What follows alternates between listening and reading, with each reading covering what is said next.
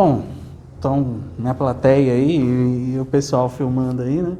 Olha, eu agradeço o convite aí de vocês aí, acho que é uma semana importante aí que o hospital está fazendo e a semana aí da enfermagem, né? O dia do enfermeiro. Só tenho uma dúvida se é de todos os profissionais ou só do enfermeiro? Tem o técnico, o auxiliar também? Hoje é o dia do enfermeiro, porque é o nascimento da Florence Nightingale, e que é uma das enfermeiras mais importantes que tem na história. E dia 20 é o dia do auxiliar e técnico, porque é a morte da Ana Mary, que é outra enfermeira muito importante pra gente. Então, por isso que é a semana da enfermagem. Legal, e aí acho que no próximo slide aí eu vou me apresentar para vocês aí em forma de foto aí, na verdade aí. Tá. Vamos lá, pode mudar aí, não tem problema não. Bom, eu sou psicólogo há 20 anos, mais ou menos aí, e como entrei na faculdade, eu queria naturalmente ir trabalhar em hospital. Minha vontade era essa desde o primeiro dia. Só que como a gente imagina o hospital, eu não sei se a maioria dos enfermeiros também imaginam isso, né? Mas a gente imagina, às vezes, o hospital ou o consultório, nossa, daquele jeito ali, ó. Bonitão, daquele jeito, o hospital daquele jeito ali. Só que, na verdade, saiu um pouco ao contrário. A gente trabalha muito mais com o público, um hospital, serviços públicos, né? E não é ruim, na verdade, isso, mas aqui também no consultório, eu queria passar uma coisa para vocês, assim, um pouco da minha história. Hoje eu falaria que se eu ficasse só no consultório, eu me sentiria muito sozinho. Isso é ruim. Outros psicólogos podem pensar de outra forma, aí não tem problema. Mas eu acho que eu só no consultório eu estaria muito sozinho. Eu acho que eu não teria uma vasta experiência de rede, de contato que nesse período todo, dentro desses serviços, dentro da minha história, que eu trabalhei com adolescente da Fundação Casa, na área social, trabalhei com criança de abrigo, trabalhei com um projeto na Cracolândia, fui para a CAPES, depois fui para a unidade de acolhimento. Então, assim, a gente se vira nos 30 com várias coisas e nisso, dentro desse meu percurso e principalmente no CAPES, nos últimos 6, 5 anos assim que eu trabalho aí na área da saúde, eu tive mais contato com as pessoas de enfermagem.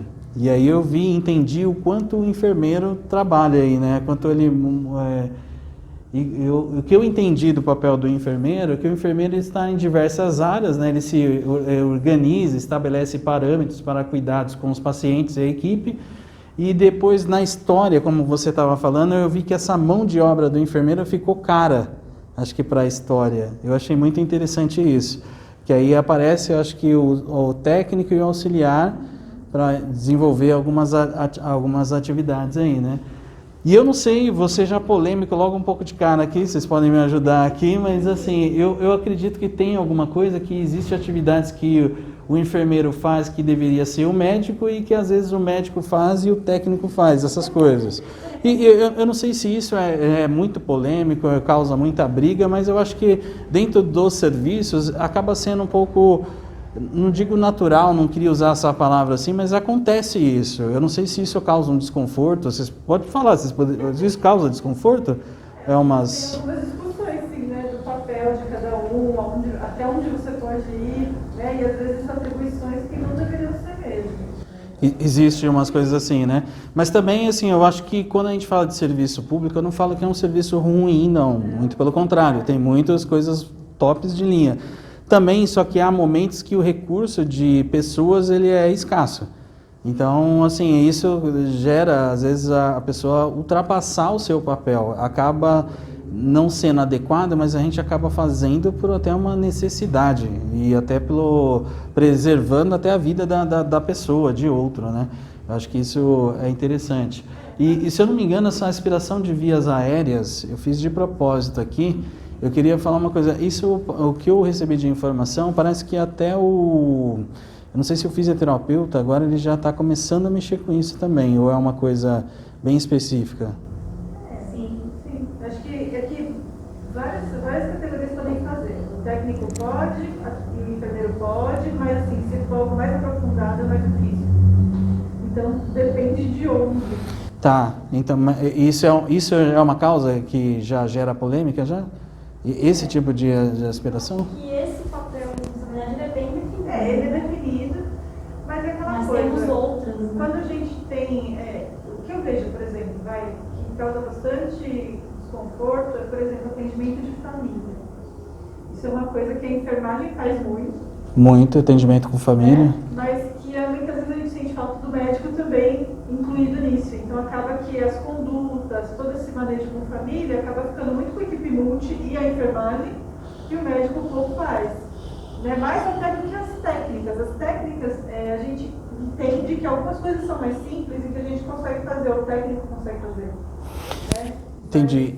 E por que eu estou trazendo isso para vocês entenderem? Eu estou trazendo um pouco disso da história e a gente vai pensando também no cenário, nos conflitos. Eu vou linkar isso vou dar uma volta, mas eu vou linkar aí, tá? Pode passar aí para mim, não tem problema não. E só para vocês terem uma ideia, eu trouxe principalmente também da psicologia essa diferença das áreas, né? Então você pega lá no Amazonas, que a gente viu muito com esse negócio da pandemia, o Amazonas, Acre lá, a quantidade de pessoas ali no Amazonas é 4 milhões de pessoas. E aí você vê que tem lá no Amazonas, lá, ó, tem 5.431 psicólogos cadastrados. Enfermeiro tem 12.783, técnico de enfermagem, a média de 36 mil, auxiliar de enfermagem 3.200 ali. Ó, no Acre não chega a 1 milhão de pessoas, mas ó, a quantidade de psicólogos, a diferença do Amazonas para o Acre já de 1.000 psicólogos aí, né? Enfermeiro 2, técnico também ali 5, auxiliar de enfermagem ali 500 e pouco ali. Isso eu peguei os dados aí, a fonte aí do site tanto do CRP como do Corém da enfermagem lá. Ó, a Bahia ali, para vocês também verem, uma outra região bastante ali, que sempre a gente pega para parâmetros, na região norte, nordeste ali, ó. A Bahia tem 18 já mil psicólogos, ó, enfermeiro já está próximos quase 41 mil, ó, técnico tem 89, auxiliar de enfermagem 12 mil. Ó, em São Paulo, que é a referência, né? São Paulo, e aí eu faria uma pergunta também para vocês aí, mas ó a quantidade de psicólogos, só para comparar, ó, 116 mil. Olha lá no Amazonas ali, ó. Mas a quantidade de pessoas também, né? Tem isso também para levar, para levar em conta, né? E aí, o que eu já ouvi e tenho de referência também na área da saúde, a gente tem muito São Paulo como uma região muito rica, né? De conhecimento, de uma série de coisas. A gente tem algumas coisas muito de ponta aqui. Não significa que outros estados não tenham, mas assim, acrescentou muito aqui. E aí uma pergunta que eu faço aí para as pessoas é se isso vocês acham que interfere em políticas públicas. Se essa quantidade de pessoas aqui, quantidade de profissionais da área da saúde, teoricamente se interfere em boas políticas públicas. É uma pergunta que é meio chata e polêmica também, né? Uma pergunta difícil. Eu não vou aprofundar aqui na resposta, mas é uma pergunta difícil. Realmente é uma pergunta difícil. Porque tem muitos locais aí, principalmente às vezes cidades do interior, que a gente pega também as portarias, as leis, o CAPS, vou dar um exemplo do CAPS, que às vezes o mesmo CAPS no município, ele é o mesmo da saúde mental, é o mesmo da álcool e droga, é o mesmo do infantil, só tem um talvez na cidade inteira. Porque se você for ver na portaria, tem uma quantidade lá de pessoas para teoricamente abrir um outro CAPS, né? E aí, mas aquele único CAPS, às vezes, ele tem uma qualidade, uma estrutura, uma potência muito mais forte do que talvez o outro de uma cidade maior, de uma capital, de uma região. A gente tem muitos CAPs aqui, cada um é administrado por OS, né? Mas tem as suas diferenças eles também. E eu passei, por exemplo, por mais que eu falei em portarias, eu passei por um serviço de abrigo com criança que o CAPS infantil de um município aqui, nosso vizinho, não era porta aberta. E na legislação da portaria, então, ainda mais com criança, entendeu? Cadê o acolhimento, cadê essas coisas? E isso, quem está lá? E aí eu estou dando essa volta também, mas quais os profissionais? É a equipe multi, mas só se tratando da semana da enfermagem, o enfermeiro está lá também. E o enfermeiro está muito na linha de frente, ele está muito na linha de frente, é isso mesmo, só para a gente ter um parâmetro aí. Uma coisa que eu também queria trazer para vocês, para a gente pensar aqui, é essa questão da jornada de 12 horas, tanto de vários profissionais da saúde, não só do enfermeiro, mas essa escala é muito comum, e até mais, às vezes eu vejo, não sei se o enfermeiro também entra nessa onda, mas às vezes eu vejo o médico pegar muito mais horas de plantões, assim, na sequência. Por mais que ele tenha um descanso, ele durma, mas não é legal isso. Eu acho que isso gera um ambiente muito de estresse, atrapalha no sono da pessoa, no descanso. Então, o estar ali naquele ambiente de trabalho e dependendo da área, é estressor. Então, você imagina isso para o enfermeiro ou para outros profissionais de saúde. E dentro daquela quantidade, aquelas proporções de pessoas, de profissionais pela região, então você imagina lá no Amazonas, lá no Acre, como funciona essas questões. Isso só já gera uma questão de estresse muito grande aí. E aqui eu brinquei com vocês, aqui coloquei a imagem de infantaria, porque agora que com a pandemia se fala muito isso, a enfermagem é linha de frente, mas na verdade ela sempre foi. Eu sempre entendi que ela sempre foi, muito. E tem várias áreas, né? A maneira como é exposto isso hoje em dia, até dependendo como é dito isso, como é comentado, argumentado, até isso pode gerar um estresse profissional, porque parece que também, só agora com a pandemia, que as pessoas estão dando valor ou só as pessoas estão vendo dessa forma, mas a pessoa sempre sofreu com isso, sempre já esteve em diversas condições ruins até de trabalho aí no serviço público, em alguns lugares, não é todo, não vou generalizar falando mal do serviço público, mas assim, as pessoas fazem milagres há muito tempo, né? Há décadas aí, e agora só ganhou esse destaque aí, né? E aí, dentro da Semana da Enfermagem, a gente pegou no começo de 2020 a questão do coronavírus, né? Até então a gente estava, eu pelo menos aí com meus 42 anos, caguetando a minha idade aí com a barba aí, mas assim, até então eu só tinha visto questão de pandemia com a gripe espanhola lá nos livros, e olha lá, não era uma coisa da minha realidade, a gente não imaginava que ia ter essas proporções e foi vindo aos poucos, né? Foi vindo, foi ganhando proporções na TV, toda hora falando disso, e isso gerou um caos, um ambiente muito de estresse, perguntas, isso já foi gerando um impacto muito negativo e a gente não estava preparado para questões emocionais, que eu vou dar seguimento aí, vou falar um pouco mais disso aí. E aí uma outra coisa que eu brinco também com vocês aqui, que eu já ouvi isso há alguns anos aí, eu sempre esqueço, mas a gente tem que ver que a gente aprende, e é através dos sentidos, a gente aprende e capta as coisas do mundo, né? E aí, como a gente falou, o tempo inteiro na TV, rádio, onde você liga falando de coronavírus, falando de morte, falando disso aqui. Então, assim, todos os nossos sentidos, assim, foi estimulados com coisas muito negativas. E a ameaça, né, do invisível, né, que a gente não vê o vírus, não sabe onde está, tem que tomar... Isso gera muito estresse, né? E tem um estudo que a questão da restrição de liberdade gera muita insegurança. Porém, é uma questão assim, quando você sabe que você vai ficar, um exemplo assim, vou ficar um mês sem tomar bebida alcoólica, vou ficar um mês sem comer carne, eu vou ficar um mês preso, 5 anos preso, restrição, você tem ideia de tempo, por mais que seja longo ou curto, o seu organismo e o seu cérebro, ele se adapta a isso. E com a questão da pandemia, a gente não sabia nada e ficou no invisível, que você não vê o vírus e tudo você pode pegar, e a gente não sabia de prazo, não sabia de nada, e aí começa aquelas restrições ou não restrições. Então tudo isso e mais um ambiente estressor gera um caos, não só nos profissionais de saúde, mas em toda a população aí, né? E aí vocês lembram que principalmente aí da área da enfermagem, assim, os equipamentos precários, as pessoas lá praticamente com um saco lá de lixo, aí falta de proteção na linha de frente, aí todas essas imagens, o enfermeiro exposto ao coronavírus, falta de equipamentos, tudo isso gera uma insegurança, uma incerteza, um abandono, de certa forma, para a pessoa, né? Então, a gente está desde 2020, eu não sei se eu me atrevo, ou a opinião de vocês aí, se isso melhorou, se isso piorou, se isso diminuiu ou não, mas assim, isso flutua bastante, né? E ainda está meio que flutuando aí. Você tem alguma opinião sobre? Pode falar, não tem? Eu vejo que no começo de tudo, a gente não sabia nem como lidar com nada, né? Nem com viver em isolamento.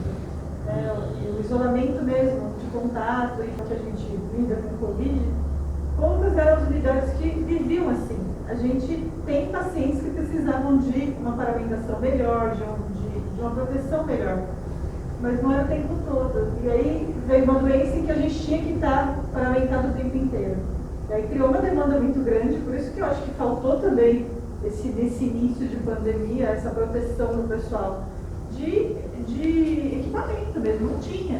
Porque eu acho que ninguém se preparou nunca para ter que estar paramentado o tempo inteiro. E usar a máscara simplesmente da forma como a gente está usando aqui, já me sinto incomodado. Imagina equipamento, é que a gente ainda está num ambiente que não está tão exposto em relação a isso. Agora, as camadas de um hospital, as camadas aí dos locais de saúde, assim, é problemático. Até para a pessoa ir no banheiro, beber água. Até tem uma parte aí que eu também coloquei, vou repetir aí, mas até o contato com os amigos. Antigamente você tinha aquele contato, até isso foi modificado, né? Então. Isso gera pode mudar, isso gera um estresse muito grande aí. E esse crescimento não só para os profissionais de saúde aí, mas foi um crescimento aí que eu senti no serviço aqui, nós sentimos aqui também, um crescimento que a população com doenças emocionais, tais como depressão, ansiedade, bipolaridade, a síndrome de burnout, entre outras aí, cresceu bastante, deu um salto gigantesco. Foram muitas pessoas que apareceram assim. As mulheres são mais suscetíveis por desenvolver um papel mais de cuidado para essas questões de adoecimento emocional. Culturalmente, ela já faz esse papel em diversos momentos da vida dela. E aí isso também contribui para que ela fique mais vulnerável para esse tipo de coisa. E a gente lida melhor com os sofrimentos e as doenças físicas do que as psíquicas. A gente culturalmente tem isso também, né? E também a pandemia não é igual para todos, né? Conforme as classes sociais e os enfrentamentos, a gente sentiu isso também.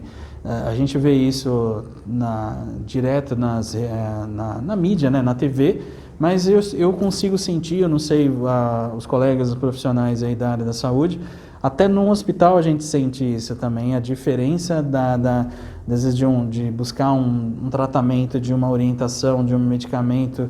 Então isso influi também na área da saúde, né? Então com a questão da pandemia, essas coisas impactou.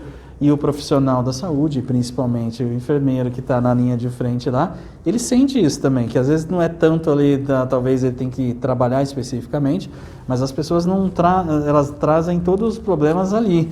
Na hora ali, ele tem que lidar ali com o que tem, com o que está ali na hora, né? E aí eu faço uma pergunta para vocês, assim, os profissionais da área da saúde, aí do serviço privado, têm a mesma realidade dos serviços públicos? O que vocês acham, assim? Acho que sim. Eu vou de uma rede privada. Privada? Você acha que é o mesmo? Porque é interessante isso. São as mesmas, as dificuldades. Pode ser que eu tenha uma coisa melhor aqui, outra lá. Pode ser que você tenha talvez um equipamento melhor, alguma coisa, não é sempre. Mais definido aqui do que lá. Perfeito, mas as angústias, legal, muito bom que você falou, Rebeca, que essa questão, principalmente as questões emocionais, as angústias e algumas coisas, é a mesma. É a mesma. Às vezes a pessoa pode achar que é diferente, mas é a mesma. Partilho da mesma opinião. E estar no serviço público ou no privado interfere diferentemente na sua área também? Isso é uma pergunta, às vezes, que também eu acredito que não interfere. Também não interfere de forma alguma. Mas por que eu estou fazendo isso? Até porque às vezes a pessoa que possa estar vendo depois aí a palestra aí, ela pode achar que um Albert Einstein da vida, a pessoa que trabalha ali, ela pode ser melhor do que... E não necessariamente isso, não é isso que influencia. Facilita na vida? Facilita, traz, mas não é o público e o privado que faz essa diferença. Somos nós mesmos que fazemos essa diferença no dia a dia. E para o paciente, o que vocês acham, assim, também ele passar por tudo isso, com tudo isso, se a gente for olhar tudo isso que eu comecei a falar, olhando para nós, profissionais da saúde, principalmente aí vocês da enfermagem, e para o paciente, vocês acham que modifica, é a mesma coisa? Qual a observação que vocês fazem? Eu deixei um pouco aberto, assim. O que vocês acham? Eu acho que bate muito também na parte da pré-concepção. Enquanto paciente, de repente, você está num convênio, às vezes o convênio particular, pela gente, enquanto profissional, a gente vê que não tem tanta diferença enquanto angústia, enquanto dia a dia, rotina, enfim. Mas para o paciente, se ele acha, uma pré-concepção dele, que o particular é melhor, mas ele está no SUS, de repente, ele está no público, aquilo pode influenciar para ele. Né? Tem uma questão também que é assim, olha a importância do SUS, do Serviço Público de Saúde, que se você acontecer qualquer coisa, pelo menos comigo, eu tenho um convênio na rua, às vezes as primeiras pessoas que vai ser o SUS. Para depois você, por mais tempo, e ele não faz restrição nessa questão, Tem a entendeu? restrição que você tem um convênio, mas você tem todas as restrições, mesmo estando internado. Muita coisa não é liberada. Se você for ver, exatamente, perfeito. Se você for ver, se você tem um convênio, você tem que ver lá que você tem restrição, tem carência, tem isso, tem aquilo e tal.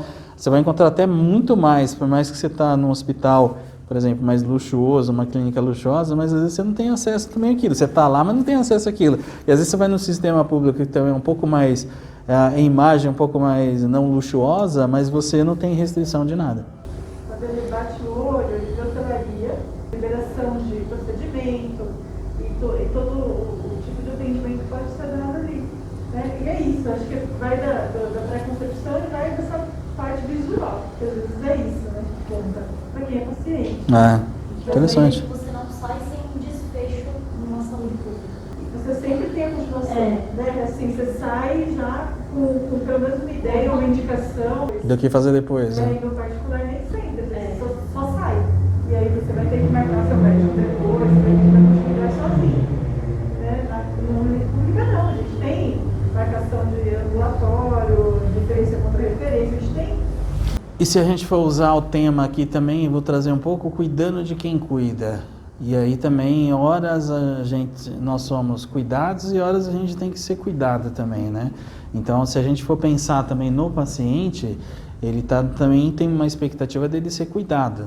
Talvez por nós, não só o enfermeiro, mas por uma equipe, mas ele está lá também nessa expectativa, né? E aí eu tinha colocado assim, se vocês lembram assim, eu nunca lembro tão grande assim, mas tem o juramento de vocês aí, do pessoal da enfermagem aí, que na verdade aí nada mais é aí, ó, de colocar, não vou ler aqui para não ficar, mas tem a questão toda moral, ética, o prestígio, as tradições, confiança, respeito ao ser humano, à pessoa ali, até mesmo depois da sua morte, né? Interessante, bonito o juramento aí de vocês aí. Eu coloquei uma fralda aqui, uma fralda, mas então, essa questão do cuidado, é fácil para um adulto usar a fralda? Passa despercebido às vezes. Principalmente, eu não sou, como eu falei para vocês, sou psicólogo, mas assim, é só colocar uma fralda e aí, tipo assim, ô Emanuel, faz aí, pois eu limpo, pois eu troco você, alguma coisa assim.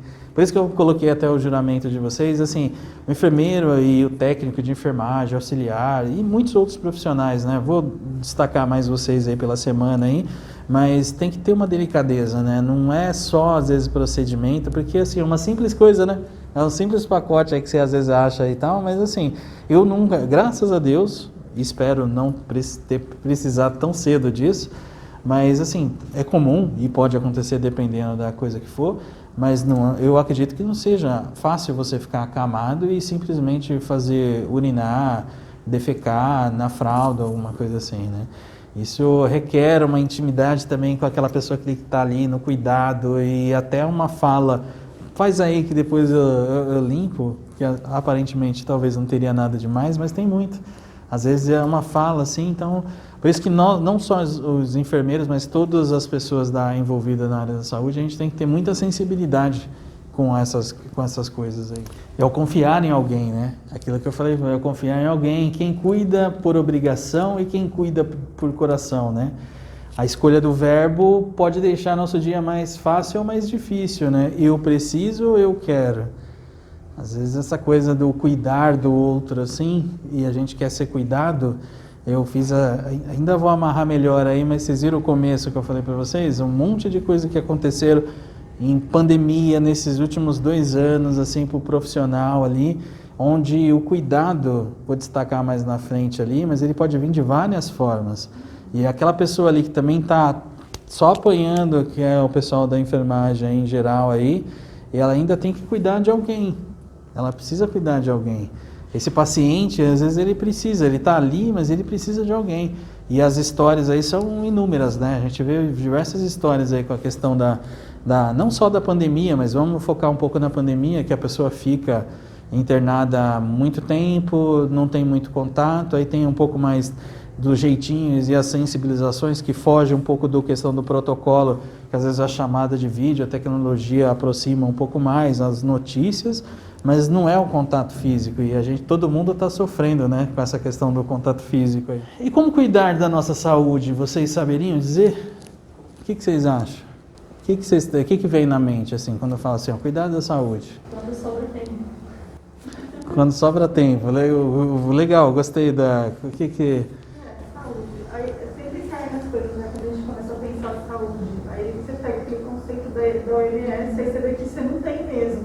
Porque é um bem-estar físico, psíquico, social, emocional, holístico, cabalístico. Então, quando você tem dor de dente, quem que você procura? Dentista.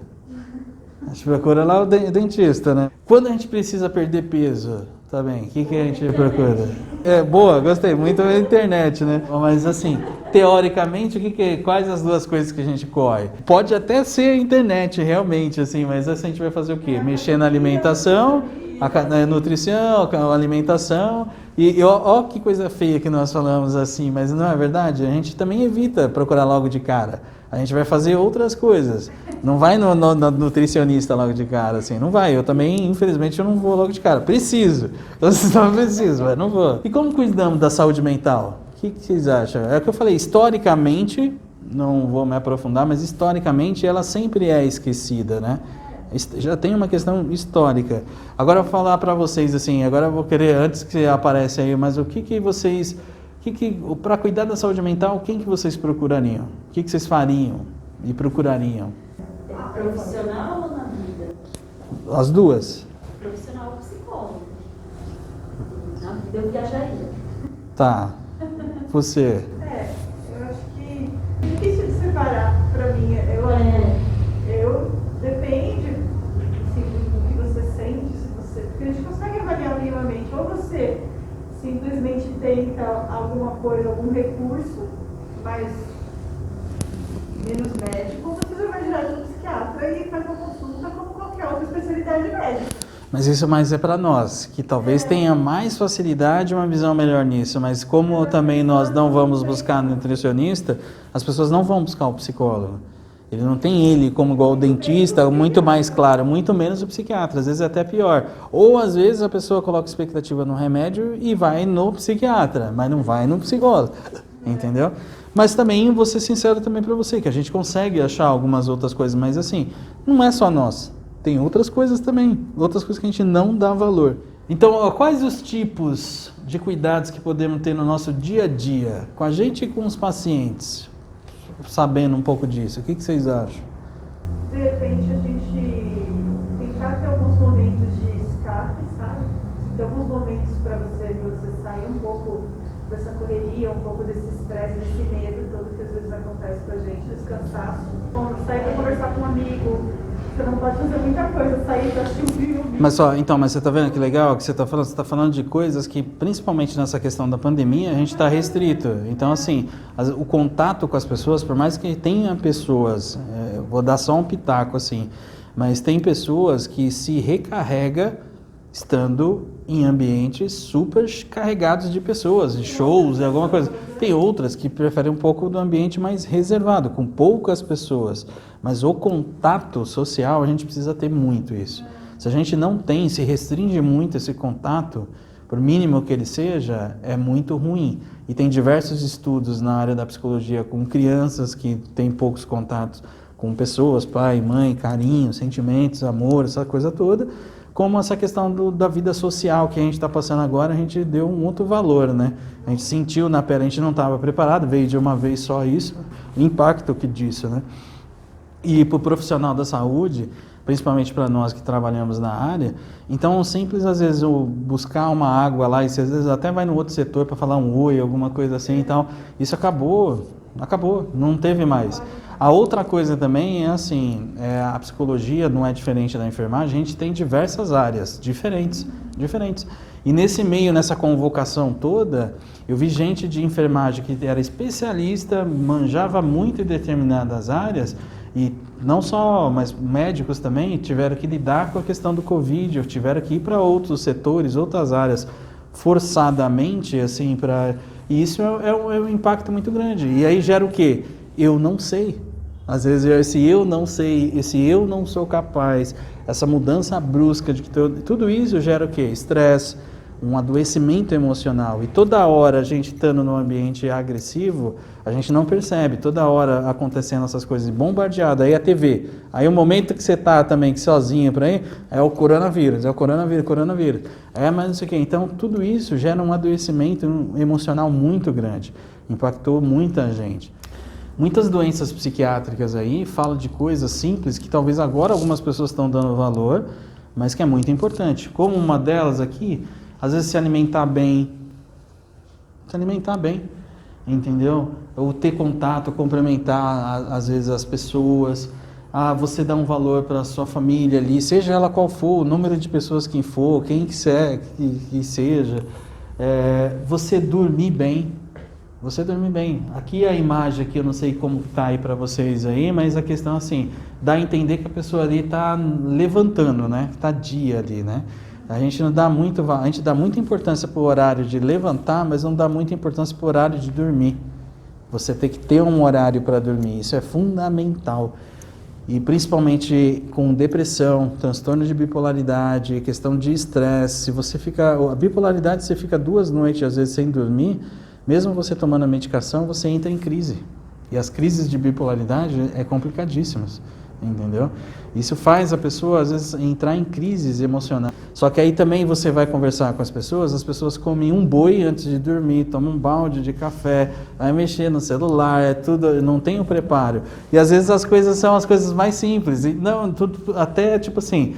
Aí vai buscar, às vezes, psiquiatra, remédio, vai buscar não sei o quê, com todo respeito ao psiquiatra e aos remédios, que também usado da melhor forma não tem problema.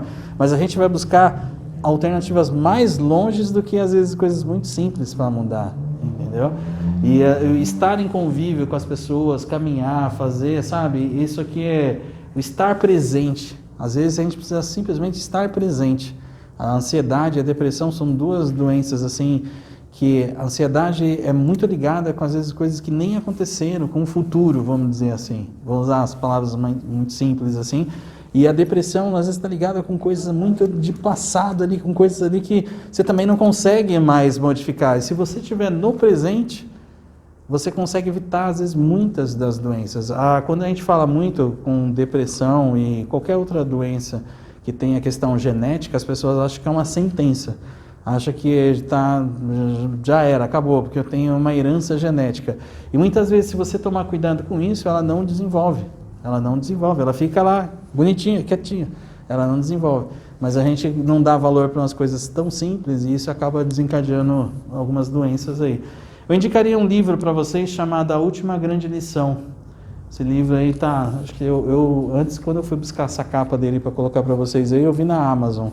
Ele está em torno, acho que de R$34, mas é um bom livro, acho que para esse momento que a gente está passando e para os profissionais da enfermagem aí, eu indicaria esse livro aí. E eu faço essa pergunta final aí, se podemos fazer para o outro o que não fazemos para nós mesmos, faz sentido? A gente cuidar de outro e a gente não fazer para nós mesmos essas coisas? E às vezes o profissional da saúde, da enfermagem aí, especificamente nesse momento que a gente está passando, às vezes o cuidado vem com um simples equipamento de EPI. Às vezes a pessoa perguntar, você está bem? Bom dia, entendeu? Às vezes isso é um cuidado. A forma que a gente fala com os pacientes, com o amigo, com nós mesmos. Então esse cuidar de quem cuida, vamos dizer assim, começa com coisas muito simples. E todo mundo pode estar fazendo isso numa ciranda aí. Tá. Deixei no final aí os contatinhos aí, se caso quem aí, tá bom? Agradeço aí, obrigado para vocês. Se não ficou bom, eu consigo editar, cortar, agora eu tô craque aí. Se não ficou bom, eu vou dar uma olhada aí, mas se não ficou bom, eu consigo fazer de casa, através dos slides gravando, e eu mando para vocês. Aí vocês podem espalhar alguma coisa assim, entendeu? Pode apertar, por gentileza.